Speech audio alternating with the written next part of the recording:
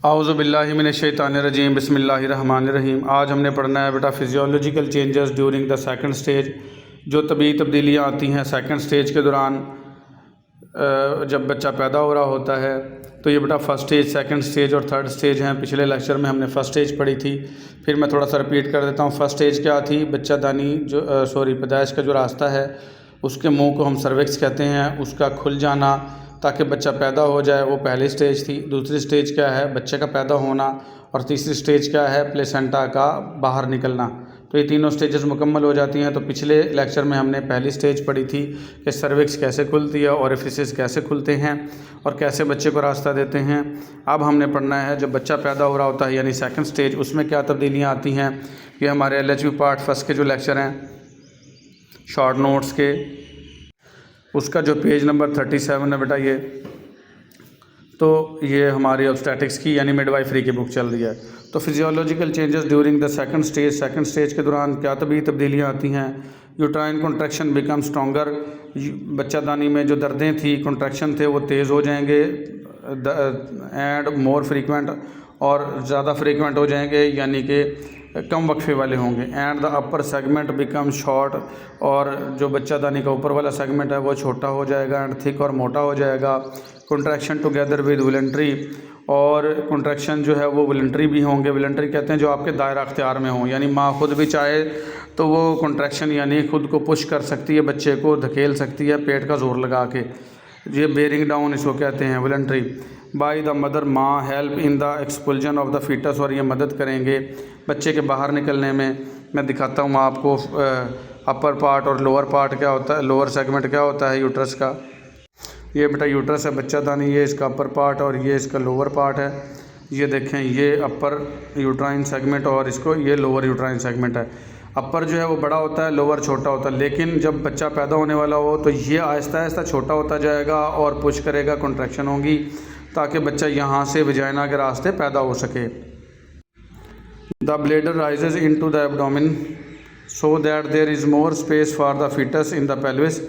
बेटा जो ब्लैडर होता है ना, अच्छा ब्लैडर कहते हैं मसाने को, पेशी वाला गुब्बारा जहाँ पेशी स्टोर होती है आर्जी तौर पे, और रेक्टम जो है वो पखाने वाला गुब्बारा जहाँ पखाना स्टोर होता है।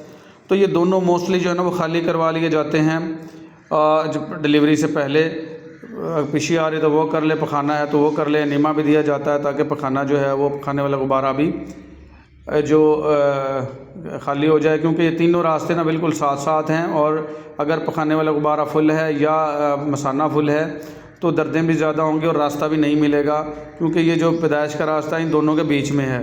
तो ब्लैडर जो है वो एब्डोमेन के साथ पीछे लग जाएगा जाके, ताकि जो ज़्यादा जगह मिल सके बच्चे को, फीटस को इन पेल्विस में। और जो रेक्टम है इस कंप्रेस्ड रेक्टम, जो यानी पखाने वाला गुब्बारा जो फिल हो जाता है तो जब हमें हाजत होती है उसको रेक्टम कहते हैं बेटा। ये दब जाएगा बाई एडवांसिंग हेड, जैसे ही हेड नीचे आ रहा होगा। And faeces are often expelled, और अक्सर औकात औरत का पखाना भी निकल जाता है, फीसेस कहते हैं पखाने को। The vagina is distended by the head, vagina जो है वो खुल जाएगी हेड की वजह से। And the anus gradually opens, और पखाने वाला जो सुराख है उसको एनस कहते हैं, अक्सर औकात वो भी खुल जाता है। Showing the interior wall of the rectum, और इससे रेक्टम की अंदर वाली दीवार नज़र आना शुरू भी हो सकती है। The perineal body is flattened, perineal body कहते हैं बेटा जो पैदाइश का रास्ता और पखाने का जो सुराख है उसके करीब करीब की जो सारी जल्द है उसको पेरिनियम कहते हैं। वो फ्लैटेंड चपटी हो जाती है, फ्लैटेंड आउट बाहर की तरफ। एंड इज़ थिन, और पतली हो जाती है। एंड इलोंगेटेड, और लंबूतरी लचकदार हो जाती है पेरिनियल। ठीक है, पेरिनियम दिखाता हूँ आपको। ये जो जगह है बेटा ये सारी की सारी जहाँ मैं टच कर रहा हूँ ये सारी पेरिनियम है। ये देखें एलोंगेटेड हो गई, लंबूतरी हो गई है। इस तरीके से हेड डिलीवर होगा जिसको क्रॉनिंग कहते हैं। ये देखें, ये जो पेरिनियम है ये देखें, ये जल्द जो है इधर करीब करीब साथ साथ बच्चे की, तो ये एक्सटेंडेड हो गई है। इसमें अक्सर औकात टीयर भी लग जाते हैं, कट भी जाती है ये, और अक्सर सर बड़ा हो तो इसको कट, पेरिनियम में जो कट लगाते हैं बेटा उसको एपिस्टोमी कहते हैं, ताकि बच्चा आसानी से डिलीवर हो जाए।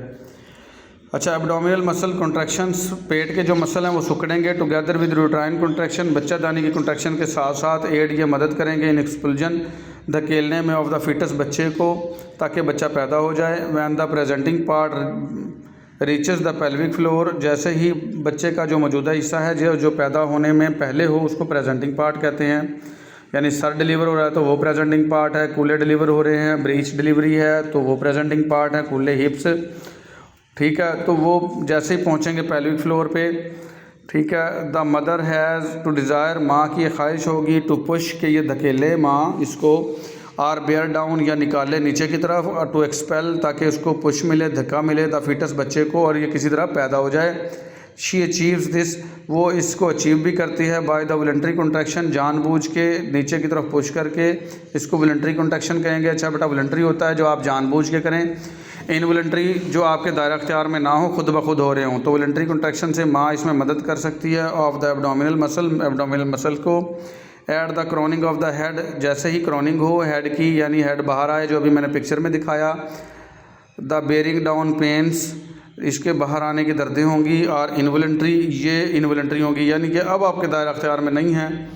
And mother can not control the pushing down अर्ज, और जो नीचे की तरफ जो उकसाव आ रहे हैं बच्चे को नीचे आने का, उस पर माँ कंट्रोल नहीं कर पाएगी। If the delivery of the head is uncontrolled, अगर बच्चे की हेड की जो डिलीवरी है वो अनकंट्रोल्ड हो, द प्रीनियम में बी टॉर्न, प्रीनियम जो है वो फट जाती है बाय द एमर्जिंग हेड, आने वाले हेड से खुद ब खुद फट जाए तो बेटा उसमें टीयर आ जाता है, कट। ये 4 डिग्री का कट है, थोड़ा ज़्यादा और उससे ज़्यादा मैं दिखाता हूँ आपको प्रीनियल कट। ये देखें बेटा, ये प्रीनियल कट आ गया है, ये देखें 1st डिग्री का छोटा कट आया है, ये 2nd डिग्री का बड़ा कट आ गया है, ये 3rd डिग्री टीयर कहते हैं कट को, और ये 4th डिग्री है जिसमें पैदाइश का रास्ता और पखाने का रास्ता दोनों एक हो गए हैं, ये 4 डिग्री कट है। इससे बचने के लिए हम एपिस्टोमी करते हैं। ये इस तरीके से, ये बच्चे का हेड बाहर आ रहा है तो खुद ही पहले ही, अगर ये ज़्यादा सर बड़ा हो तो ये प्रीनियम में कट दे देंगे इस तरीके से, और ये बच्चा आसानी से जो डिलीवर हो जाएगा। ये इस तरफ कट नहीं देना, ये ख़तरनाक हो सकता है क्योंकि इधर पखाने का रास्ता है और पीछे का वाला गुब्बारा भी है। ये ना हो कि वो कट जाए, डैमेज हो जाए, तो ये साइड से थोड़ा सा इसको खुद से कट दे दो, और इसको बाद में स्टिच करना, टाँके लगाना भी आसान होता है बनिस्बत इसके जो खुद कट लगा है ये बेहंगम होता है, इसको थोड़ा सा टाँके लगाना मुश्किल होता है। ठीक हो गया। फिर पढ़ते हैं बेटा मैकेनिज़्म ऑफ लेबर। लेबर का मैकेनिज़्म क्या होगा इन प्राइमरी ग्रेविडा, जो औरतें पहले बच्चे को जन्म दे रही हैं। The fetal head is engage in the pelvis, foetal head जो है वो फंस सकता है पेल्विस में एट 37 वीक में ही आ जाएगा। वैसे तो प्रेगनेंसी जो है 40 हफ्ते की होती है, तो ये हेड जो है वो 37वें हफ्ते आ सकता है वो, और जो पहले बच्चे को जन्म दे रही हो at the start of labour, जैसे ही दर्दें शुरू होंगी। The sagittal sutures of the foetal skull, बच्चे की जो स्कल है, खोपड़ी है, उसके जो सैजिटल सूचर्स हैं, सूचर्स कहते हैं बेटा जोड़, खोपड़ी के जोड़ हैं, is in the transverse diameter of the pelvis, pelvis के ट्रांसफर डायामीटर में होंगे। ये आपके सूचर्स दिखाता हूँ, ये देखें बेटा, ये जो जोड़ हैं खोपड़ी के ये सूचर्स हैं, और ये जो पतंग की तरह बना हुआ है और ये पीछे एक बना हुआ है ये गैप, ये वाले फुंटनेलीज़ हैं। ये फुंटनेलीज़ का लफ्ज़ जब भी आए और सूचर्स का लफ्ज़ जब भी आए तो आपने ये समझना है। ये देखें बेटा, ये सैजिटल सूचर है और ये जो है कोरोनल सूचर्स हैं, ये वाले 2, और ये ऊपर वाला जो है ये पोस्टीरियर फुंटनेली है, पोस्टीरियर मीन पिछली जानिब खोपड़ी के, और ये एंटीरियर फुंटनेली है अगली जानिब जो है। ये पतंग की शेप का है और ये तकरीबन वाई की शक्ल का है बेटा, पोस्टीरियर वाई की शक्ल का है, और ये काइट शेप है। ठीक है, ये फुंटनेली और जो आपके सूचर्स हैं इसको आपने याद रखना है। तो वही कह रहा है कि जो ये सैजिटल सूचर जो भी मैंने दिखाया ऑफ द फीटल स्कल, बच्चे की खोपड़ी के, इज़ इन ट्रांसवर्स, ये टेढ़े होते हैं, टी से ट्रांसवर्स, टी से टेढ़ा ऐसे कर सकते हो, diameter of the pelvis, pelvis के, on reaching the mid cavity of the pelvis, जब ये दरमियान में पहुंच जाते हैं पेल्विस के, एग्जांपल के तौर पर the level of the ischial spine, ischial spine के लेवल पे पहुंच जाते हैं। ये इस्चियल स्पाइन जो है ये लफ्ज़ बेटा ये दिखाने पड़ते हैं आपको, ये लेवल बेटा जहाँ रेड निशान है ये इस्चियल स्पाइन है, जब यहाँ तक हेड पहुँच जाता है ये इस्चियल स्पाइन है। ये 3 हड्डियाँ होती हैं बेटा, इलियम, इस्चियम और प्यूबिस, ये स्पाइनल कॉर्ड है और ये इस्चियम हड्डी है। तो इस जगह पे जब हेड पहुंच जाएगा इसको इस्चियल स्पाइन कहेंगे।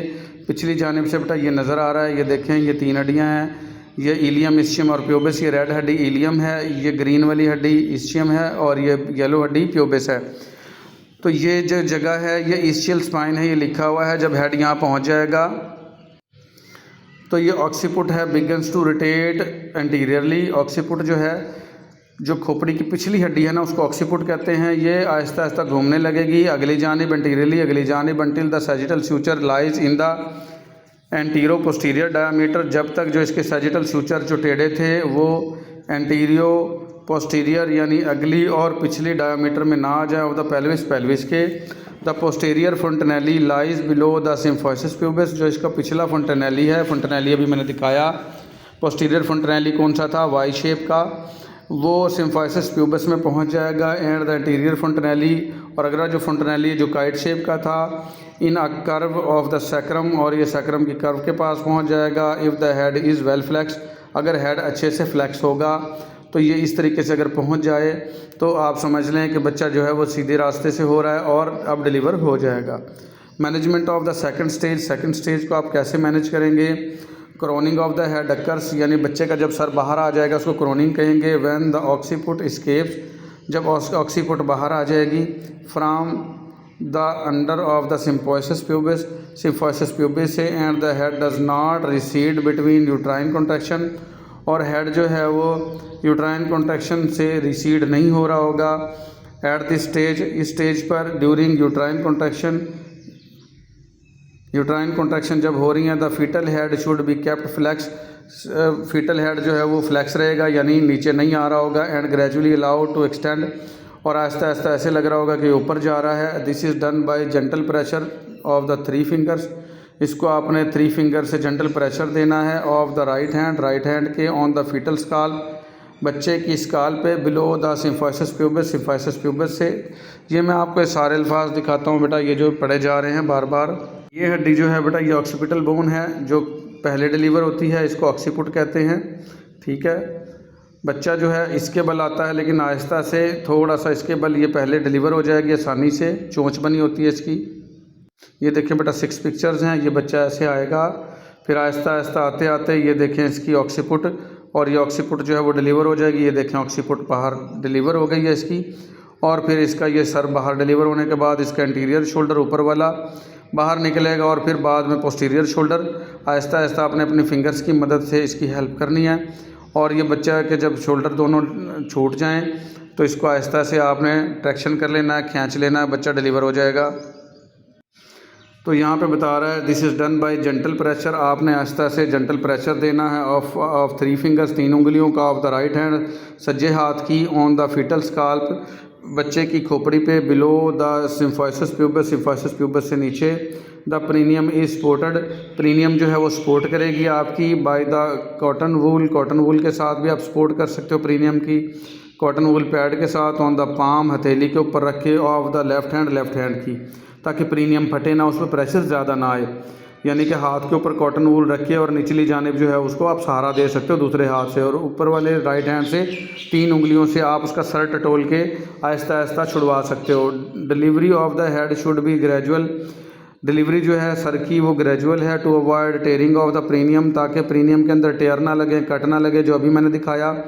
When the head is deliver, जैसे ही सर पैदा हो जाता, बाहर निकल आता है, द ऑक्सीपुट रोटेट्स, अब आपने ऑक्सीपुट को रोटेट करना है टुवर्ड्स द राइट और लेफ़्ट थाई, माँ की जो पट है सज्जी या खब्बी यानी कि दाईं या बाईं, उसकी तरफ रोटेट कर लेना ऑक्सीपुट को, जो मैंने पिछली हड्डी दिखाई है आपको सर की। ऑफ द मदर, माँ की थाइस की तरफ कर लेना है, राइट या left. For the delivery of the shoulder, और जो कंधों की जो डिलीवरी है, place the finger of 1 hand under the chin, बच्चे की थोड़ी के नीचे एक हाथ की उंगलियां रखनी है आपने। And the other below the occiput, और दूसरी जो है वो ऑक्सीपुट के नीचे रखनी है, यानी जो अभी हड्डी जो डिलीवर हुई है सर की पिछली जाने वाली उसके नीचे रखना है। अप्लाई ट्रैक्शन, और आहिस्ता आहिस्ता खींचना है इन पोस्टीरियर डायरेक्शन, निचली जानिब पिछली जानिब, पी से पोस्टीरियर, पी से पिछली जानिब खींचना है टुवर्ड्स द फ्लोर, फर्श की जानिब, सो दैट, ताकि एन इंटीरियर शोल्डर स्केप, ऊपर वाला शोल्डर जो है वो बाहर निकल आए from the under the symphysis pubis से। After delivery of the interior shoulder, जैसे ही आपका इंटीरियर शोल्डर डिलीवर हो जाएगा, grip the lower part of the neck of the foetus, बच्चे की जो गर्दन की निचली जानिब है उसको ग्रिप कर लें, पकड़ लें बाय द राइट हैंड से, and draw the baby in upward direction, और बेबी को अब अपवर्ड डायरेक्शन में थोड़ा सा खींचना है, until the posterior shoulder escapes,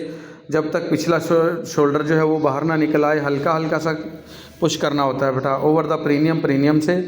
फिर आ जाएगा एर्गोमेट्राइन इज़ गिवन। ये एर्गोमेट्राइन इंजेक्शन होता है बेटा, आपने वो देना है। ये इसलिए कि ये ब्लीडिंग ना हो, ब्लीडिंग रोकता है ये with the birth of the interior shoulder. जैसे ही इंटीरियर शोल्डर पैदा हो जाए यानी बाहर निकल आए बच्चे का, तो आपने एर्गोमेट्राइन दे देना है। The body of the baby is delivered as slowly. बच्चे का जो जिस्म है अब आपने आहिस्ता आहिस्ता निकालना है एज़ पॉसिबल, जितना मुमकिन हो सके, सो दैट ताकि uterus retracts while the baby is being delivered, कि यूट्रस जो है वो अपनी बच्चादानी जो अपनी असली हालत में आ सके जब बेबी पैदा हो जाए। यूट्रस जो है बेटा एक मुट्ठी जितनी होती है, लेकिन जब बच्चा होता है इसमें तो ये फूल के गुब्बारे की तरह हुई होती है, तो इसने दोबारा रिट्रैक्ट होना होता है, यानी दोबारा एक मुट्ठी जितना होना है इसने। After delivery holds the baby by his ankle. Delivery के बाद बच्चे को उसके टखनों से पकड़ लें। एक उंगली जो इंडेक्स फिंगर जिसको शहादत की उंगली कहते हैं, ये दोनों टखनों के बीच में हो और उंगलियां और अंगूठा जो है उससे आपने पकड़ के बच्चे को उठा रखा हो। ठीक है। The grasp is made by index finger between the two ankles. आपने ग्रैस्प ऐसे करना है कि जो आपके इंडेक्स फिंगर है यानी शहादत की उंगली दोनों एंकल्स के दरमियान हो। While the thumb and middle finger grasp the outside of the ankle. जबकि जो दूसरी आपकी उंगलियां हैं और अंगूठा है वो आपके इस बच्चे के टखनों के इर्द गिर्द हों। The right hand is placed below the occiput. सज्जा हाथ आपने बच्चे के ऑक्सीपुट पे रखना है। ये अल्फाज आपको पता होने चाहिए बेटा, ये किस चीज़ की बात हो रही है मैं दिखा चुका हूँ। ऑक्सीपुट क्या है? सर की पिछली जानिब की हड्डी टू सपोर्ट द हेड, ताकि हेड को सहारा दिया जा सके। The birth of the baby marks the end of the second stage. और जैसे ही बच्चा डिलीवर हो जाएगा तो इससे आपकी सेकंड स्टेज जो है वो पूरी हो गई है। फिर आ जाएगा dividing the umbilical cord. Umbilical cord को अब आपने काटना है बेटा। अम्बलाइकल कॉर्ड वो एक रग टाइप नाड़ जो प्लेसेंटा से बच्चे की नाफ के साथ जुड़ी हुई थी, जहाँ नेवल नाफ जिसको कहते हैं, और ये सारे के सारे माँ से खुराक के अज्जा खून के ज़रिए और ऑक्सीजन लेके बच्चे को दे रही थी, और बच्चे के बेकार मादे माँ के अंदर से होते हुए माँ के पिछी और पखाने से निकल रहे थे। तो इसको अब आपने काटना है। When the pulsation in the cord cease. इसके अंदर से बेटा दिल की धड़कन जैसे चल रही होती है ना, ऐसे पल्स आ रही होती है, तो थोड़ा सा आपने वेट करना है। वो पल्सेशन जो है वो सीज़ हो जाएगी, रुक जाएगी।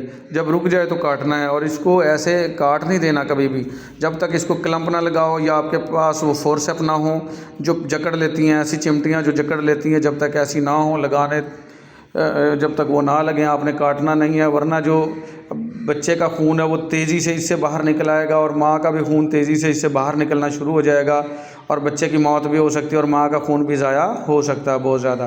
तो पहले आपने ये देख लेना पल्सेशन जो है वो रुक जाए इसके अंदर से। The cord is clamped with the 2 artery forcep. आपने कॉर्ड को क्लैम्प कर देना है 2 आर्टरी फोर्सेप के साथ एंड डिवाइडेड, और इसको काट देना है, या लेट क्लैम्पिंग, और फिर बाद में आपने क्लैंप लगा देने। और शुरू में क्लैंप हो तो आजकल तो बने बनाए क्लैंप आ रहे हैं, वो क्लैंप लगा दें कॉर्ड के साथ। Clamping ensures the larger blood supply to the baby. अगर लेट क्लैंपिंग किया आपने, अगर क्लैंपिंग लेट लगाया आपने, तो ये होगा कि बहुत ज़्यादा ब्लड जो है माँ का बच्चे को आ रहा होगा, क्योंकि अब बच्चा निकल के यानी कि वो नीचे की तरफ ज़्यादा आ गया। आपको पता है कोई भी माया जो है ऊंचाई से निचाई की तरफ ज़्यादा बहता है, तो बच्चा अब ज़्यादा नीचे आ गया। तो अगर आपने लेट क्लैंपिंग की तो माँ का ज़्यादा खून जो बेबी में आ जाएगा, specially when the baby is held below the level of the placenta. और ख़ासकर तब जब बच्चा जो है वो प्लेसेंटा के लेवल से नीचे आ गया है तो ज़्यादा हो जाएगा। तो आपने ये क्लम्प लगा के बेटा और वो ट्रैक्शन कर देनी, काट देनी है। फिर आ जाएगा the third stage of labour, जिसमें प्लेसेंटा डिलीवर होगी। वो हम पढ़ेंगे बेटा अगले लेक्चर में। पहले हमने फर्स्ट स्टेज ऑफ लेबर पढ़ी, फिर सेकंड पढ़ी, अब थर्ड पढ़ेंगे अगले लेक्चर में। आज के लिए इतना ही। अल्लाह हाफिज़।